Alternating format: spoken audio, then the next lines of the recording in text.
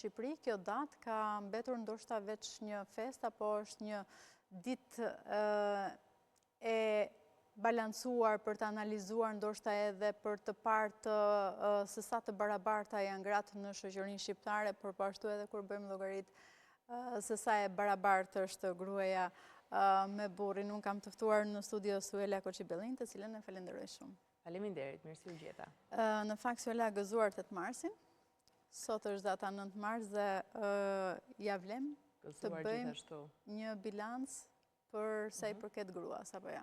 Unë mendoj që po, përveç faktit që sigurisht është një ditë e shënuar ku të gjithë duhet të reagojmë dhe të flasim dhe të mendojmë për gruan si qenie, jo se duhet mendojmë 365 ditë të vitit, po që është ajo dita simbolik. Është një ditë që t'jemi edhe të kënaqur që jemi mirë me shëndet, ta nisim nga ana pozitive, kështu që në këtë pikë gëzuar. Shëndetin në radhë të parë. Po patjetër, sepse sot e dim që janë shtuar shumë edhe sëmundshmëritë, që nga mendore deri tek ato fizike.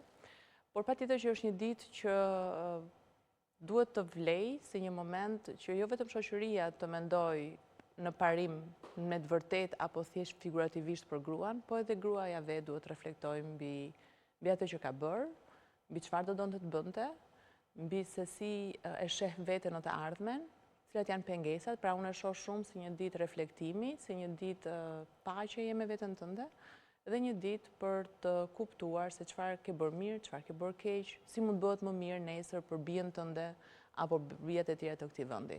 Kështu që a është fest apo është luftë?